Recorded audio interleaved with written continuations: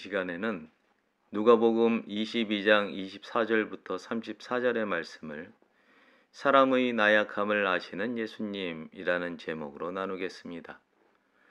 24절부터 27절입니다. 또 그들 사이에 그중 누가 크냐 하는 다툼이 난지라. 예수께서 이르시되 이방인의 임금들은 그들을 주관하며 그 집권자들은 은인이라 칭함을 받으나 너희는 그렇지 않을지니 너희 중에 큰 자는 젊은 자와 같고 다스리는 자는 섬기는 자와 같을지니라. 앉아서 먹는 자가 크냐 섬기는 자가 크냐? 앉아서 먹는 자가 아니냐? 그러나 나는 섬기는 자로 너희 중에 있노라. 24절에서 크다라는 말은 형용사로 어느 정도 이상이 되다라는 뜻으로 쓰였습니다. 이 말이 우리말에서는 동사로는 잘한다라는 뜻도 있습니다. 우리말로 음미하면 자라면서 커진다는 의미를 둘 수 있습니다. 헬라어 성경에서 크다라는 말은 더 큰이라는 비교급으로 사용되었습니다. 더 큰이라는 말은 큰 중에서 조금 더 큰이라는 뜻입니다. 그러니까 제자들은 일단 자기들이 큰 줄로 알고 있다는 건데 참으로 오해를 해도 도가 지나치구나 하는 생각이 듭니다. 제자들은 아직 다 자라지 못해 미숙한 상태입니다. 지난 시간에 예수님이 성만찬을 새롭게 정의하시고 제자 하나가 배신할 거라고 말씀했을 때 제자들이 취한 반응을 보면 그들의 미숙함이 그대로 드러나 있습니다. 예수님이 보시기에 얼마나 딱한 상황인지요. 이래서인지 헬라어 성경에서 24절은 그러나 라는 접속사로 시작합니다. 결국 도토리끼리 서로 키재기를 하다가 다툼이 일어납니다. 다툼이라는 현상 역시 미숙함을 단적으로 보여줍니다. 결국 이 다툼을 잠재우려고 예수님이 개입하십니다. 이방 나라의 왕들은 백성을 지배한다. 또한 겉으로는 권력자들이 백성에게 은혜를 베푸는 자들인 듯 보인다. 왜냐하면 권력자들이 자기들을 그렇게 부르기 때문이다. 그렇지만 너희는 그들과는 다르다. 너희 중 더 커진 자는 초년병 때처럼 언제나 왕성해져라. 그래서 어린 자들을 늘 보살펴라. 또한 이끄는 자는 늘 섬기는 자가 되어라. 그래서 따르는 자들에게 부족함이 없도록 해라. 세상의 논리로 내가 너희에게 묻는다. 내가 묻는 두 사람 중 누가 더 큰 자냐? 앉아서 먹는 자냐? 아니면 시중을 드는 자냐? 세상의 눈으로는 당연히 앉아서 먹는 자가 아니냐? 그러나 하늘나라의 섭리는 다르다. 하나님이 백성에게 필요한 모든 것을 채우신다. 그리고 나 또한 너희 안에 시중 드는 자가 되어 있기 때문이다. 육신의 음식으로는 제자들이 예수님을 봉양합니다.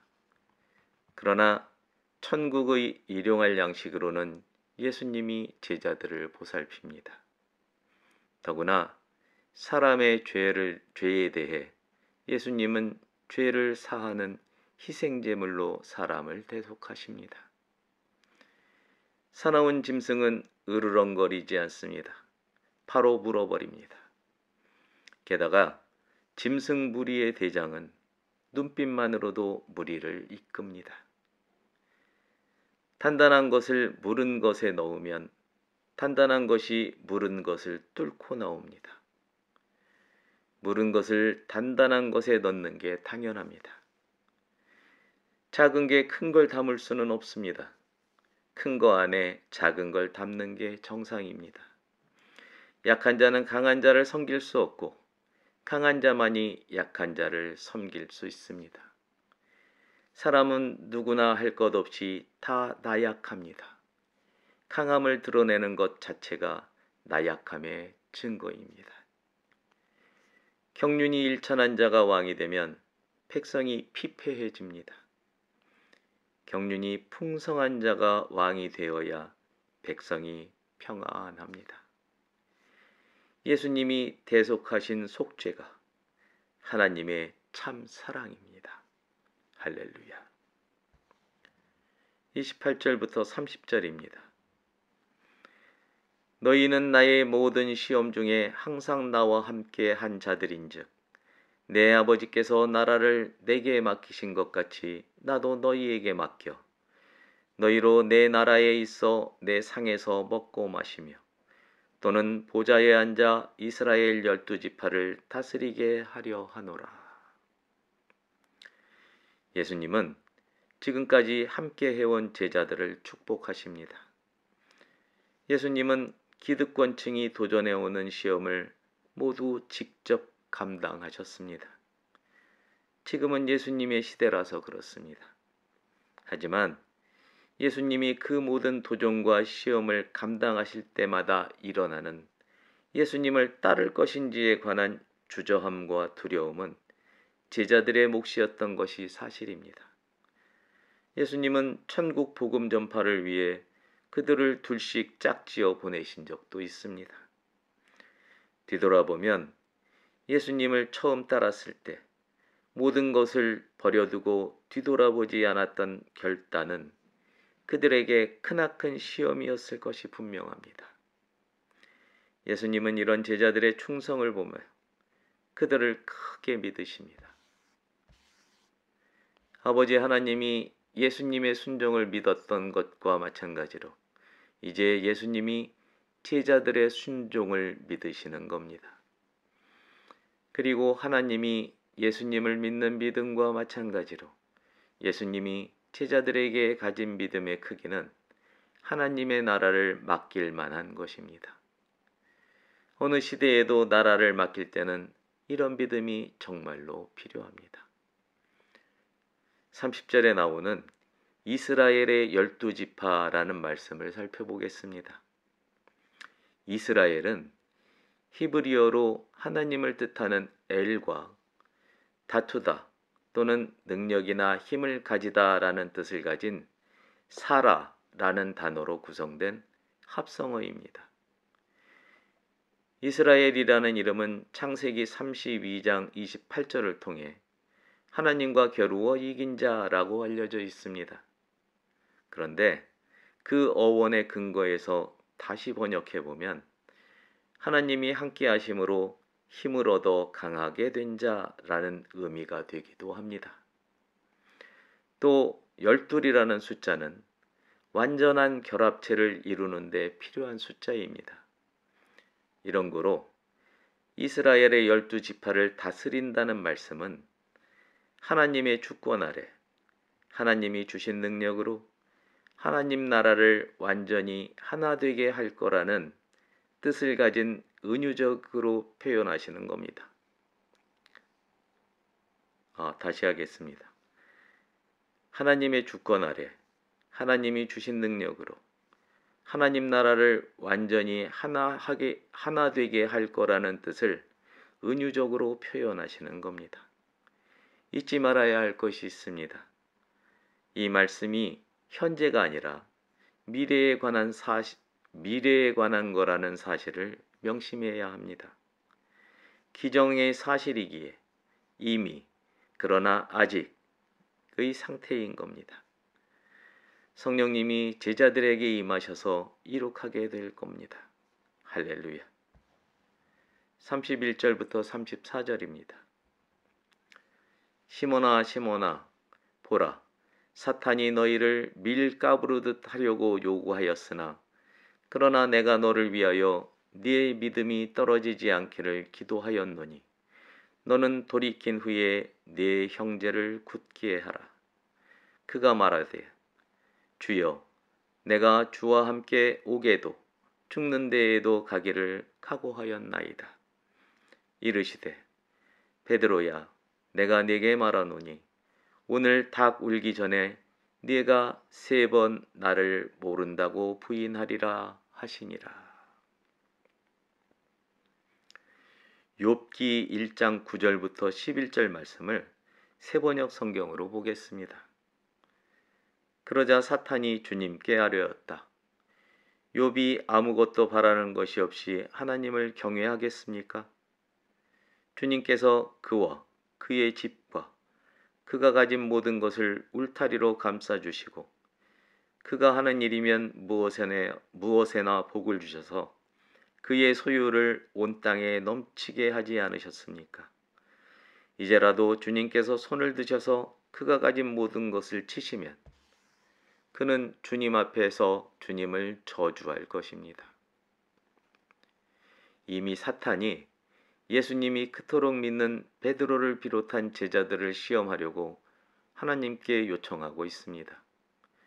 31절에 나오는 사탄이 요구했다는 표현에서 요구하다라는 헬라어 단어 엑사이 테오마이에는 무엇의 양도를 요구하다라는 뜻도 있습니다. 사탄은 제자들을 맘껏 시험할 수 있게 넘겨달라고 억지 요구를 하는 겁니다. 곡식을 먹으려면 껍질을 까고 채질을 해서 알곡을 분리해야 합니다. 채질의 결과로 알곡이 얼마나 알찬지 알 수 있습니다. 사탄이 제자들에게 있는 예수님에 대한 순종과 충성의 알맹이가 얼마나 되는지 확인해 보겠다고 예수님께 허락을 구하는 중이라는 겁니다. 겨와 쭉정이가 탈탈 털리고 나면 제자들이 지닌 순종과 충성의 실체가 드러날 겁니다. 그리고 그 실체를 보고 제자들은 극도로 낙심하게 될 겁니다. 그렇기에 예수님은 제자들에게 겨자씨 한 알만한 충성이라도 남아있기를 간구하십니다. 가장 작은 겨자씨라 하더라도 그 안에 더없이 큰 하나님 나라가 들어있기 때문입니다. 32절에서 예수님이 내가 기도했다고 하신 말씀에서 기도하다라는 헬라어 단어는 데오마이입니다. 이 단어에는 애원하다 또는 절실히 필요로 하다라는 뜻이 있습니다. 다시 말하면 예수님이 믿음을 잃지 않도록 베드로를 꼭 붙들고 있다는 뜻입니다. 31절에 나타난 사탄의 사람에 대한 질시와 32절에 나타난 예수님의 사람에 대한 사랑이 참으로 대조적입니다. 비온 뒤에 땅이 더욱 굳어진다는 말이 있습니다. 예수님이 베드로에게 진심으로 당부하십니다. 시련이 지나면 너의 믿음이 더욱 굳건해질 테니 그 굳어진 믿음으로 다른 제자들의 믿음도 굳건해지도록 모범이 되거라. 베드로가 아직은 자신의 믿음을 믿어주시기를 간청합니다만 실상은 이미 밀려오는 두려움을 애써 부정할 뿐입니다. 하지만 예수님은 다가올 시련을 냉정하게 예고하십니다. 베드로야, 내가 네게 말한다. 오늘 닭이 울기 전에 네가 3번 나를 모른다고 할 것이다. 예수님의 이 말씀은 너마저 나를 배반할 거라고 내가 미처 몰랐구나 하는 실망이나 질책이 절대로 아닙니다. 오히려 너는 반드시 믿음이 굳건해져 돌아올 거야. 내가 너를 사랑한단다 하고 염원한다는 말씀입니다. 존귀한 하나님의 친구 여러분, 예수님은 오늘도 하나님의 사랑을 받들어 우리의 나약함을 아시기에 우리가 충성의 자리에서 이탈하지 않도록 우리를 붙들고 계십니다. 지나온 날들에 우리가 욕망에 빠져 엇나간 사랑으로 미움을 키운 시절도 있었을 겁니다. 또는 앞으로도 그럴 시련이 또 닥칠지도 모릅니다. 예수쟁이에게는 고난도 시련도 하나님에게서 떨어져 나가는 게 되는 환경들입니다. 예수님의 애타는 사랑에 붙들려 닥쳐올 고난과 시련 중에도 예수님을 향한 충성으로 예수님께 딱 들러붙어 있을 여러분과 제가 되기를 예수 그리스도의 이름으로 축복합니다. 기도하겠습니다.